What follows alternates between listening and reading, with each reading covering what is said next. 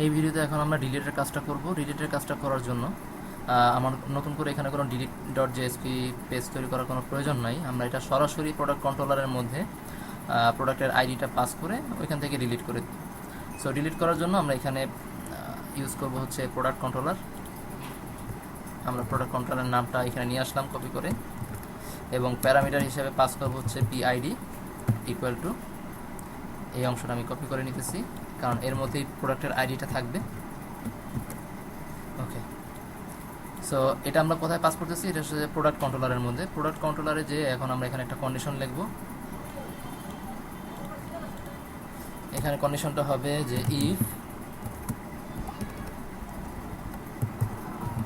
Request dot gate parameter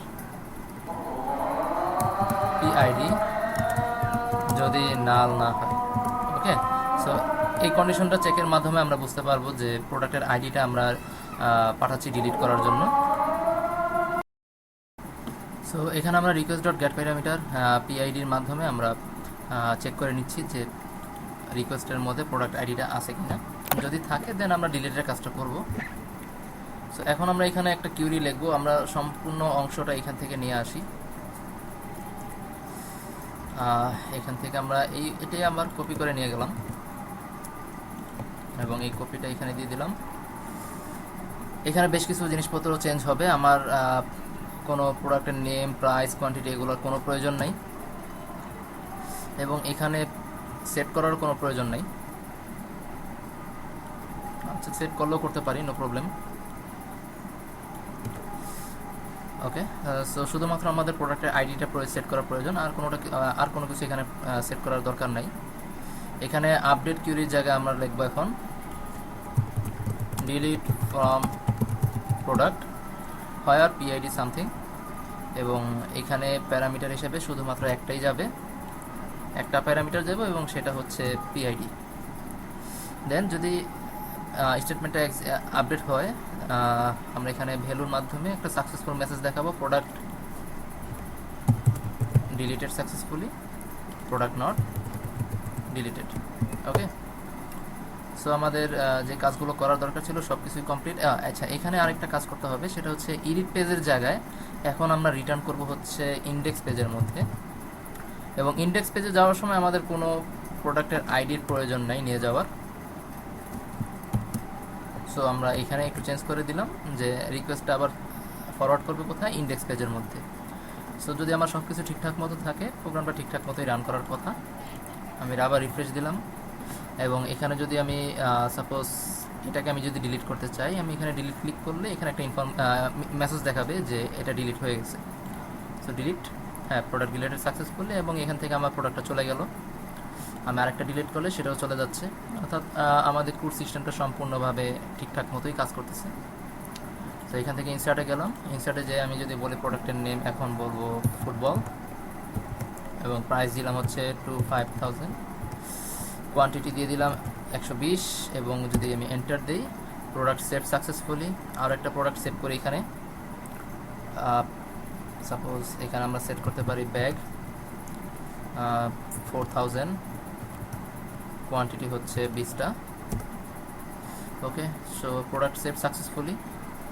হোমে চলে গেলাম, এবং হোমে গিয়ে যদি দেখি যে আমাদের এখানে আবার ডাটাগুলো দেখা যাচ্ছে। আমরা কোনোটা যদি আপডেট করতে চাই, দেন এখানে এডিটে ক্লিক করলে আপডেটের অপশন চলে আসবে। এখানে 25,000-এর জায়গায় আমি ইউজ করলাম হচ্ছে 20, দেন আপডেট করলে আপডেট হচ্ছে। এবং যদি আবার ডিলিট করতে চাই, আমরা ইনসার্ট পেজে চলে গেছি, হোম পেজ, ইনসার্ট। আচ্ছা, এখানে একটু প্রবলেম হয়েছে, আমি আবার একটু এডিটে চলে যাই। এডিটে গিয়ে এখানে যদি আমরা বলি যে 5000, দেন আপডেট বাটনে ক্লিক করলে সেটা আপডেট হলো, এবং হোমে যাব। আমার কিন্তু এখানে আরেকটা প্রবলেম হচ্ছে, সেটা হচ্ছে ডিলিটও কিন্তু হয়ে যাচ্ছে। কারণ কি? কারণটা হচ্ছে আমার কন্ডিশনে একটু ভুল আছে। কন্ডিশনে ভুলটা হলো এই জায়গায় যে আমরা যখন আপডেটের কাজ করতেছিলাম সেখানে কিন্তু আমার এই রিকোয়েস্টের মাধ্যমে প্রোডাক্ট আইডিটা যাচ্ছিল। ওকে, সো এখানে শুধু পিআইডি দিলেই হবে না, এখানে আরও একটা কাজ করা লাগবে। আমরা এখানে একটা কন্ডিশন অতিরিক্তভাবে অ্যাড করব, সেটা হচ্ছে পিআইডির সাথে সাথে অ্যান্ড একটা ফর দিয়ে দিলাম হচ্ছে ডিলিট। সো আমরা আরও একটা প্যারামিটার পাস করব, সেটা হচ্ছে ফর, এবং এটার নাম দিলাম হচ্ছে, এটার ভ্যালু দিয়ে দিলাম হচ্ছে ডিলিট। সো এখন যদি আমরা প্রোডাক্ট কন্ট্রোলারে যাই এবং এইখানে এই কন্ডিশনের সাথে সাথে আমরা আরও একটা কন্ডিশন চেক করব, and request dot gate parameter, এবং এখানে কন্ডিশনটা হবে for dot equals ignore case যদি এই ফরটা ডিলিট হয়, দেন সেই ডিলিটের কাজটা করবে। সো এখন যেহেতু আমাদের কোডটা এখন আবার একটু রিফ্রেশ করে চেক করে দেখি, আমরা যদি এডিটে যাই 700-এর জায়গায় 1000 দিলাম এবং আপডেট দেওয়ার পরে দেখব যে এটা আপডেট হচ্ছে, এবং হোমে যাওয়ার পরে এখন কিন্তু আর আমার প্রোডাক্টটা ডিলিট হয় নাই, এটা আপডেট হয়ে গেছে। এবং ডিলিটে ক্লিক করার পর শুধুমাত্র ডিলিটে ক্লিক করলে এই প্রোডাক্টটা ডিলিট হচ্ছে। সো এই ছিল আমাদের জেএসপি এবং সার্ভলেট ইউজ করে ফুড সিস্টেম। পরবর্তী ভিডিওতে দেখাবো যে কিভাবে জেএসপি এবং সার্ভলেট ইউজ করে আমরা লগইনের কাজটা করতে পারি। ওকে।